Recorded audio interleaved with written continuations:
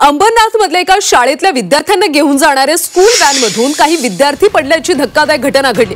अचानक भरधाव स्कूल व्हॅनच्या डिक्कीचा दरवाजा उघडला आणि त्यातून 2 विद्यार्थी रस्त्यावर पडले। धक्कादायक बाब म्हणजे स्कूल व्हॅन चालकाच्या हा प्रकार लक्षात सुद्धा आला नाही आणि तो तिथून निघून गेला। मात्र मागून येणाऱ्या एका रिक्षा चालकाने हा अपघात पाहून रिक्षा थांबवली।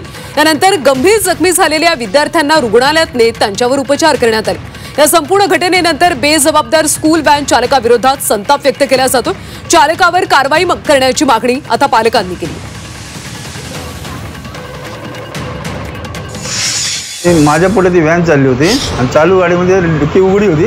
ते 2 पोरं पडले आणि ते पोरं पडले त्या मागे मी उभा होतो। मी गाडी आडवी आली रस्त्याच्या मध्ये आणि ते 2 पोरांना उचललं। मग व्हॅनवाला पुढे गेला। नेताजी मार्गाचा जो टर्निंग आहे त्या लोहारच्या दुकानासमोर तिथं त्याने गाडी थांबवली। 2 पोरं उचलले। त्याच्यानंतर मग सगळी पब्लिक जमा झाली। वारंवार कारवाई झालीच पाहिजे यांच्यावरती, कारण की हे त्यांचं रोजचं झालेलं आहे। ओव्हर सीट भरायचं। आता या गाडीमध्ये कमीत कमी 12 ते 15 विद्यार्थी होते आणि सोबत 2 लेडीज पण होत्या।